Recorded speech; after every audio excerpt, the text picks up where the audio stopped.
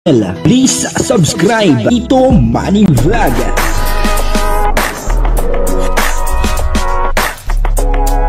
Payagan po si Tito Manny Vlog na mag-reactor para pambiling gamot sa kanya pong karamdaman. Wala man siyang records ng ng awayan. Ito po pala ang tunay na kalagayan ni Chris at kung ano po yung nangyari talaga sa kanya nung panahon. Ngayon lang po ito sinabi ni Nanay at pinagtapat niya po ito kay Kalinga Prab. Papanoorin po natin yung video at siyempre bigyan po natin ng konting reaction. Pero bago po yan, ako muna po bumabati sa inyong lahat ng magandang umaga, magandang tanghali at magandang gabi sa inyong lahat mga kapatid. Kung saan man kayo ng panig ng mundo naroon ngayon ay mag-iingat kayo palagi at pagpalain kayo ng ating Panginoon. Maraming salamat din po sa patuloy na tumatangkilik sa aking YouTube channel at nanonood sa aking video reaction. Patuloy lang po natin suportahan sila Kuya Bal Santos Matubang, Kalinga Prab, Ate Edna Vlog, Jack Tapia at siyempre mga kasamahan ko po sa Karepa. Ganun din po yung Team Views at yung mga Kalinga partner na charity vlogger. Ito po yung video na kung saan ay pinagtapat ni Nanay kung ano po talaga ang tunay na kalagayan ni Chris at kung ano po talaga yung nangyari sa kanya nung panahon. Kaya sa ngayon ay ganito po si Chris. Ang kabuuan po ng video ito ay mapapanood po natin sa YouTube channel ni Kalinga Prab. Si Tutoy So, ayan at nagustuhan nyo, Bea, yung luto? Okay naman? Masarap? Ano masabi mo? Ha?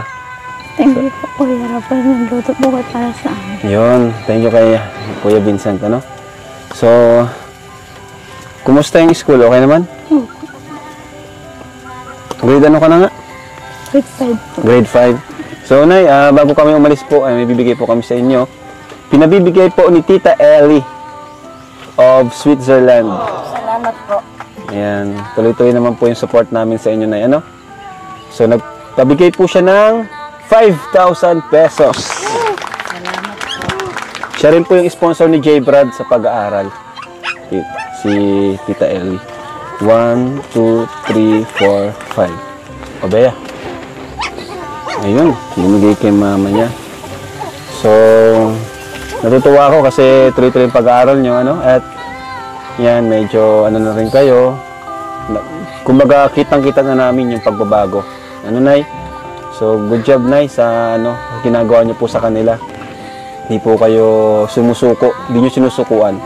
Kasi kayo po ang kayo po talaga dapat ang #1 supporter nila. Kasi ikaw yung magulang, kayo yung unang mag-encourage sa kanila. So, wala naman ay problema po dito. Okay naman lahat. Sa baon po nila, allowance, okay naman. Yung mga binibigyan naman po namin is na nyo naman po, parang nababudget nyo naman. Yun. So, ayan. At Lisa, gusto mo sabihin ni Lisa at tahimik mo? Pero kumain na si Melissa kanina. Siya yung huling kumain. Thank you po, Kuya at kay Kuya Vincent. Yun. Natandaan yung pangalan mo. Thank you. Si Chris naman. Lapit mo kay Chris yung mic. Yan. Hawakan mo, Melissa, yung mic. Chris, ano sabihin mo, Chris? May baon ako, pambaon mo. Di ba itong gusto mo, baon?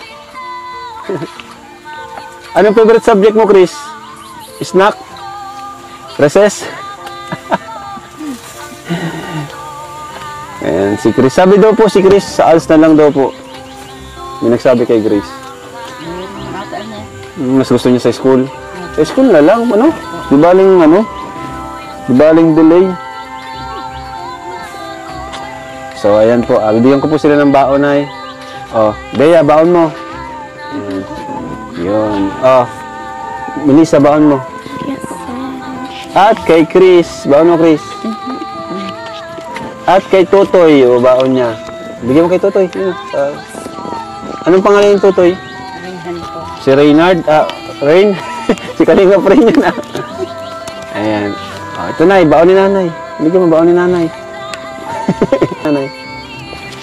Yun. Yun, kay Tita Ellie. Ikaw, Melissa. Thank you po, Tita Tita Eli. Yun. Ikaw, Chris. Stay kay Tita Ellie. Kanino? Tita Ellie. Hindi niya kaya. Pero sa gawaing bundok, siya yung ano, no?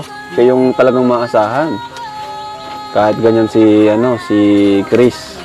Kasi po, siya gayan, naglaki po sa sakit. Medyo ano Grabe siya. yung gamot. Na-delay siya, no? Development niya.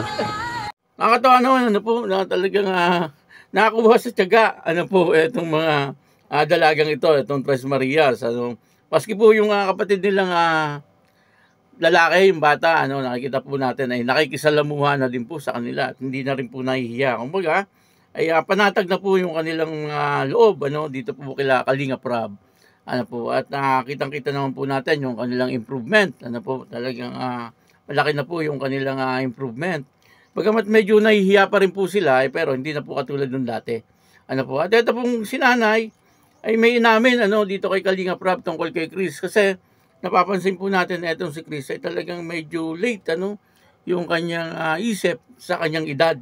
Kumbaga, medyo talagang yung kanyang pagmamature ay medyo late. Ano po, at sabi nga po ni nanay, ay dahil nga daw po yung sa gamot. Kasi ito po lang si Chris, ay lagi daw po may sakit. Ano, pasimula pa po nung siya ay baby pa. Kaya ito daw po ay talagang lumaki sa gamot. Ano po, na hanggang ngayon naman napapansin po natin na talagang parang medyo laging matamlay etong si Chris at para ba laging tulala, ano? Kala nga po natin may malalim na problema. Ano, buti na lang po sinabi ni nanay na talagang etong si Chris ay sakitin. Ano po. Pero sa nakikita ko naman po, ano, madidevelop po ito. Ano, patuloy lang po siyang pumasok. Ano po, at patuloy po siyang magsimba doon sa church. Dapat sana ang makakausap po ni Chris ay mga kasing edad niya or mas matanda sa kanya.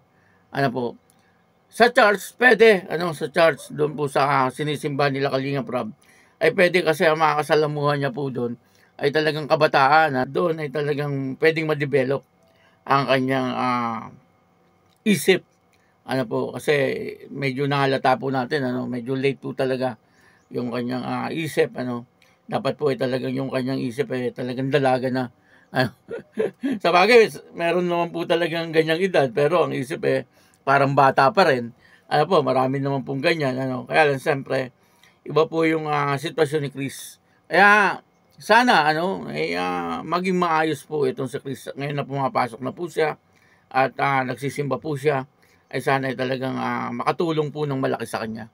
Ano po, at alam naman po natin lahat na ang tatlong dalagang ito, basta po magpatuloy lang po sila, ano po, at nandiyan ang kalingap, ay magiging maganda po ang kanilang buhay.